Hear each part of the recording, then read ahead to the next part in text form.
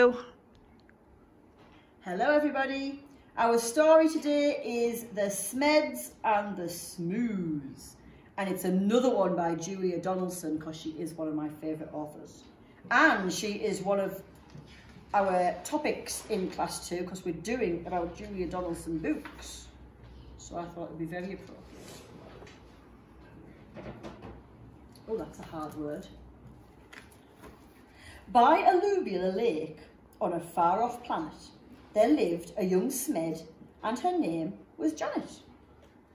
Not far away, on a humplety hill, there lived a young smoo by the name of Bill. Janet, like the smeds, was red, and this is what her grandfather said. Never, never play with the smoos. They sleep in holes, they wear strange shoes, they jump about like kangaroos. Never, never play with the smoos. But Bill, like the other smoos, was blue. And these were the words of Grandmother Smoo. Never, never play with the smeds. They have strange hair upon their heads. They sleep in funny things called beds. Never, never play with the smeds. That's not very nice, is it? We play with everybody in our school. The smeds on the other lake like nothing better than splashing about, getting wetter and wetter. But Janet grew bored with this watery play, and early one morning she tiptoed away. The smoos jumped about on their humpety hill. They bounced up and down. They bounced up and down it and never stood still. But Bill was beginning to think this is boring. So early one morning, he set off exploring. I thought they might meet. What's going to happen? Janet met Bill in the Wurpler Wood, where you're making words up here, where the truckles grew tall and the glompoms smelled good. The two rubbed antennae and played all day long. She told him a story and he sang her a song. Then they climbed to the top of a gerberry coot and nibbled its juicy and jellyful fruit. Well, they're playing lovely together, aren't they? I think they might become friends. Uh-oh. That doesn't look good, does it? The grown-ups are getting involved. Till who should disturb them but Grandfather Smed, shaking his fist as he angrily said, "Never, never play with a smoo. They're such a nasty shade of blue. For the 100th time I say to you, never, never play with a smoo." And Grandmother Smoo was close behind, and this is how she spoke her mind. "Never, never play with a smed. They're such a dreadful shade of red. I'll say again what I've always said. Never, never play with a smed." Well, that's horrible. The kids know what to do, don't they? The kids like each other. Years went by on the far-off planet. Janet missed Bill and Bill missed Janet. But off they crept whenever they could to sing and play in the Wurpler Wood. The two of them grew and decided to wed. Uh-oh, they're going to get married. That's going to cause problems. But what do you think their grandparents said? Never, never marry a smoo.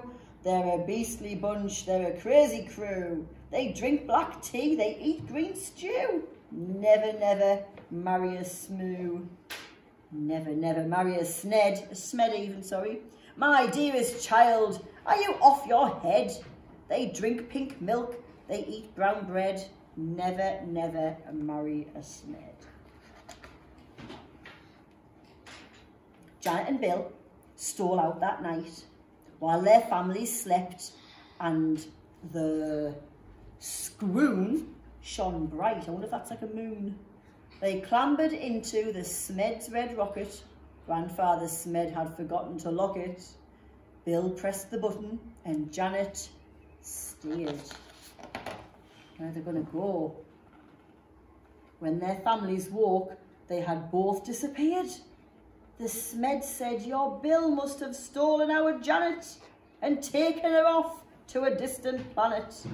And the smooths said, it's Janet who's stolen our Bill and lured him away from the Humpety Hill. The smooths climbed into their rocket of blue and they said to the smeds, you had better come too. Suspicious and scowling, they soared into space till they reached planet Vumjum, a dry, dusty place. The Vums had long arms, there they are, which they waved in the air, but they didn't have news of the runaway pair. The next stop was Lurglestrop, covered in roses and watered by beasts. Is that right? And watered by beasts with small eyes and long noses.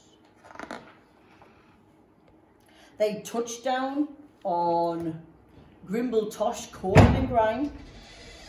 They searched planet Glurch and found nothing but slime.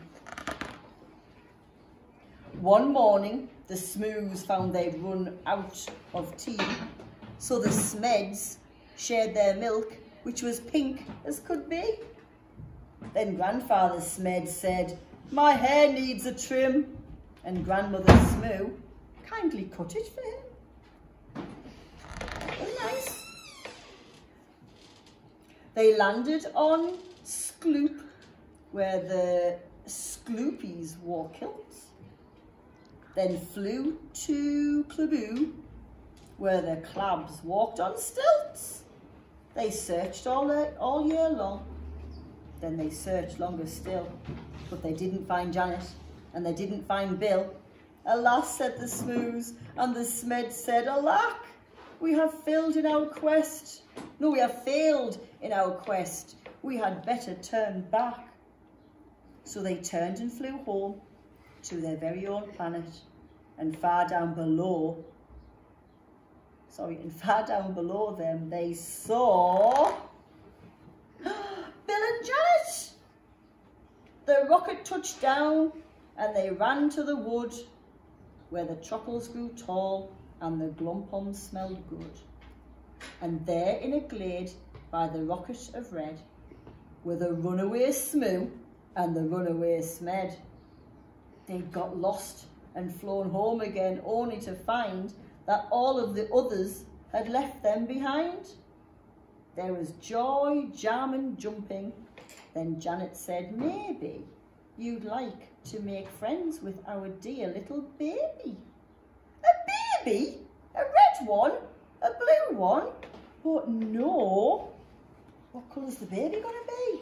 Green, purple. Purple, because blue and red makes purple. That baby was purple from head to toe. They all hugged the Smoo Smed, their new baby brother, and Grandpa and Gran even hugged one another. They laughed and they splashed and they danced with delight, and they played with that baby from morning till night. They made him a rattle, they made him a flute, they fed him the fruit of the jabbery coot. Then they sang by the light of the silvery scroon, and you can sing too, if you can make up a tune. Play with the smeds and play with the smoos, play with whichever friends you choose. Then close your eyes and while you snooze, dream of the smeds and dream of the smoos. Well, they're all friends now, that's about time. And sometimes it takes children to bring people together. That's a good one. See you later, guys.